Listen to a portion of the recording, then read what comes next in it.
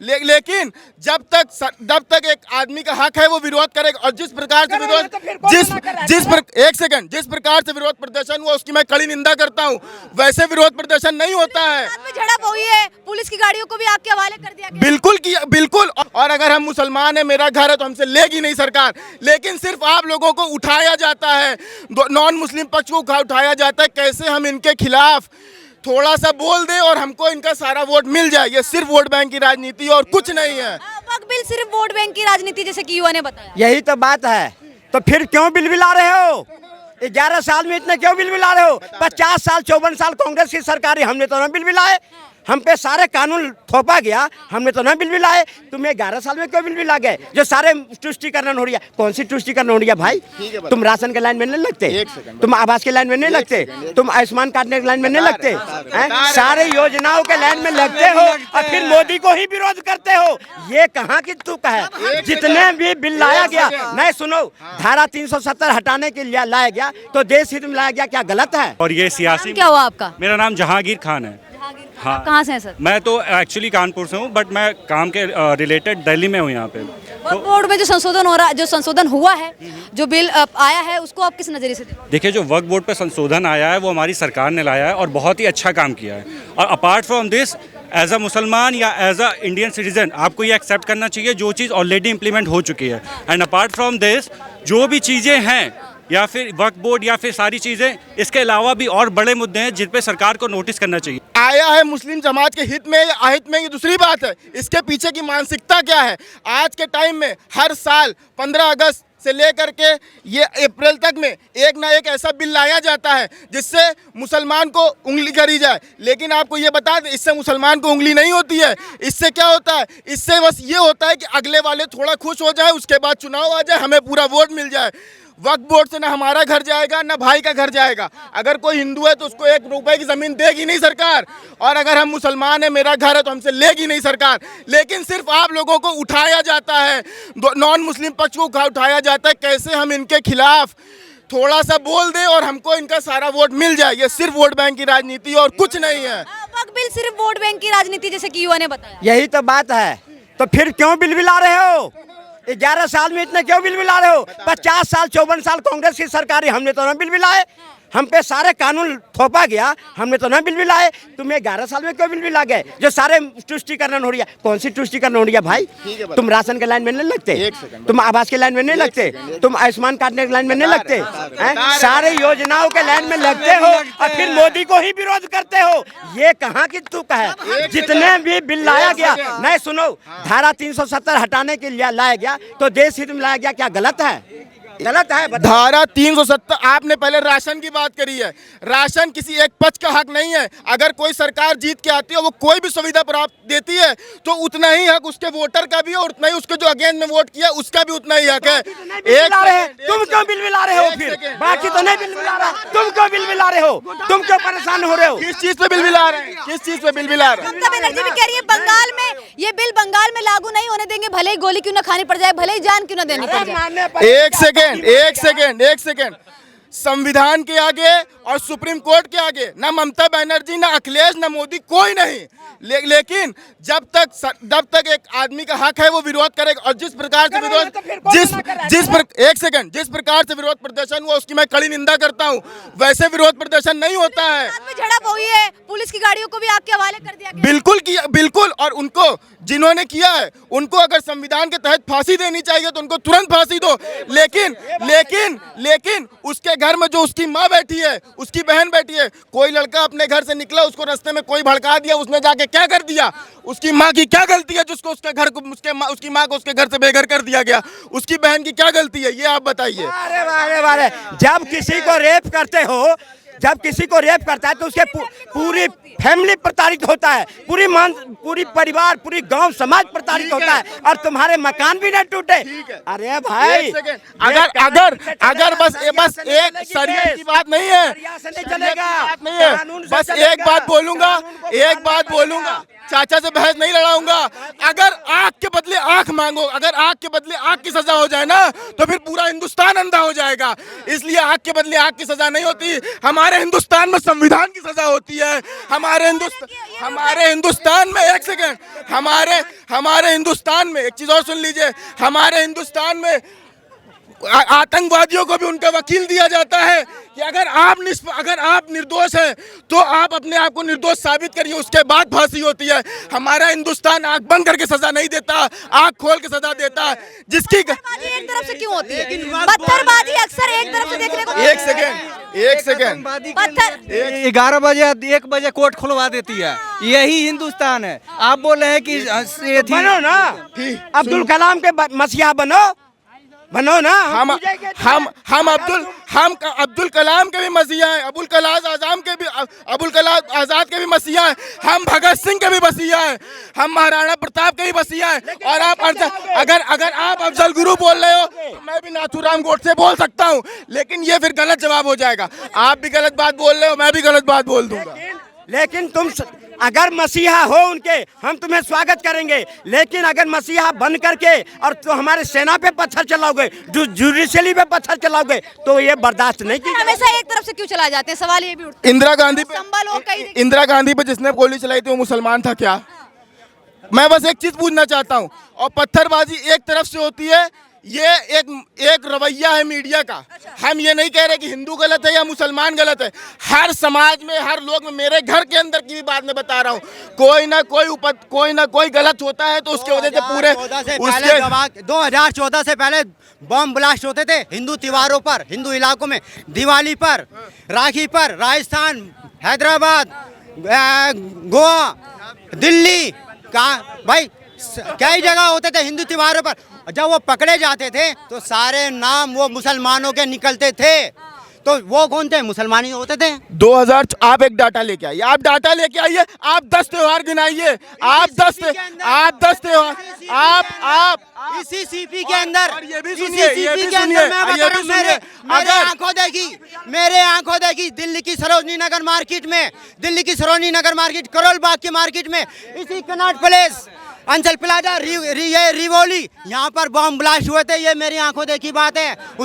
भाई मेरे बड़े भाई, आप मेरे बड़े भाई हो।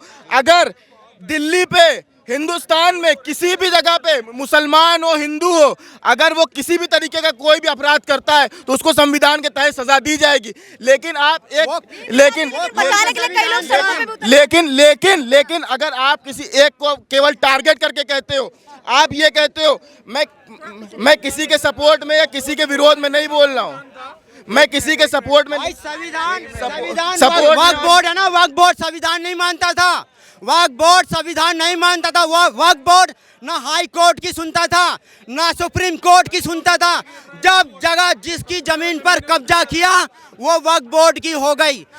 हाई कोर्ट को भी जब अपने सबूत देने पड़े थे, सुप्रीम कोर्ट जाना पड़ा था। इसी बद्रीनाथ हिंदुओं का मंदिर जो था, बद्रीनाथ मंदिर, उन्होंने क्या, किसी मौलवी ने कहा ये तो बदरुद्दीन मस्जिद थी हमारी जगह, महाकुंभ के मेले को यहाँ बोला कि ये भी वक्फ बोर्ड की जमीन है। संसद भवन ये कहा वक्फ बोर्ड की जमीन है। अगर वक्फ बोर्ड, देखिए वक्फ बोर्ड में जो जमीन किसी की भी कब्जा हुई है, अगर उसके लिए ऐसा नहीं है कि हमारे हिंदुस्तान के संविधान में कोई रास्ता किसी चीज के लिए नहीं है, हर चीज के तो निकाला गया संशोधन करके वही रास्ता निकाला गया। एक सेकंड, तो अभी तक आप हो सकता है हमने अपना नाम सैयद सिहान आलम बताया तो आप हमें सोच लेंगे हम वक्फ बिल के सपोर्ट में या विरोध में है। ना हम वक्फ बिल के सपोर्ट में है ना विरोध में है। अगर एक सेकेंड जो फैसला हमारा राज्यसभा, लोकसभा और राष्ट्रपति से हो जाएगा, उसके बाद अगर सुप्रीम कोर्ट ने दे दिया तो मैं अभी सुप्रीम कोर्ट में 16 तारीख को भाई तारीख है। ये बताओ, एक मिनट, जब गलत है तो विरोध तो करोगे ना।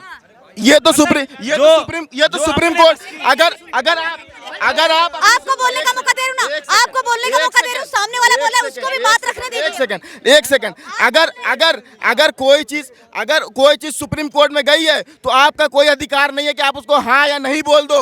वो वहाँ के जो चीफ जस्टिस है वो सब दोनों तरफ के पक्षों की बात सुनकर उसको कहेंगे सही है या गलत है। और अगर उन्होंने कह दिया सही है तो पत्थर की लकीर है, और उन्होंने कह दिया गलत है तो भी पत्थर की लकीर है, उसमें न मैं मानू आपकी बात सुनी, आपकी बात बहुत देर अभी तेलंगाना में जितना भी पेड़ कट रहा था, सारी चीज़ें हो रही थी साढ़े। वहाँ पे किसकी सरकार है? कांग्रेस की। हाँ, सो सेम टू सेम।